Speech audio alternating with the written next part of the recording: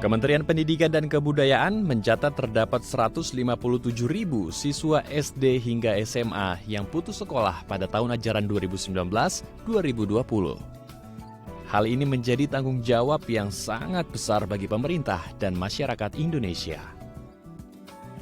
Riza Azari, sosok muda asal Kecamatan Stabat, Kabupaten Langkat yang begitu peduli terhadap masalah tersebut.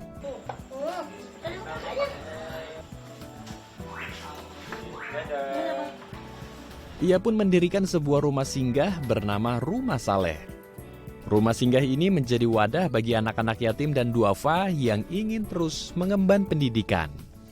Mendirikan Rumah Soleh awalnya memang dilatar belakangi keprihatinan ke diri sendiri, artinya dulu waktu masih remaja memang merasa kurangnya kegiatan-kegiatan positif, kurangnya orang-orang yang mengarahkan, ada banyak bakat-bakat yang tidak bisa tersalurkan, sehingga di Rumah Soleh memang kita buat semua anak itu bakatnya bisa disalurkan gitu, bakat keagamaannya gitu, kemudian skill-skill yang lain itu semua bisa diolah di Rumah Soleh. Kegiatan di Rumah Soleh itu anak-anak yang pertama sesuai dengan visi kita, soleh, mandiri, bermanfaat. Jadi anak-anak diajarin, dididik yang pertama kali adalah untuk kegiatan keagamaannya. Mereka harus taat sesuai dengan agama Islam.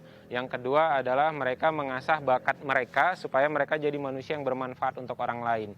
Nah, kegiatan-kegiatan yang ada di Rumah Soleh, kegiatan-kegiatan yang ada di Rumah Soleh, yang pertama adalah kelas digital. Anak-anak belajar bagaimana memanfaatkan teknologi. Yang kedua ada kelas tahfiz, anak-anak kecil yang mereka belajar untuk menghafal Al-Quran dengan baik dan benar.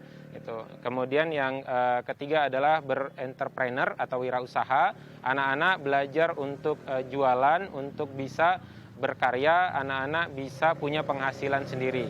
Yang keempat adalah mereka diasah skill perbengkelan atau bengkelas, gitu, sehingga anak-anak yang punya bakat bengkel kita arahkan untuk ke bengkel. Dan yang terakhir kegiatan kita adalah apapun yang kita dapat di Rumah Soleh, ketika ada kelebihan kita juga berbagi ke orang-orang sekitar kita. Jadi kita ngasih beras setiap bulan ke orang-orang yang ada di sekitar kita yang benar-benar membutuhkan.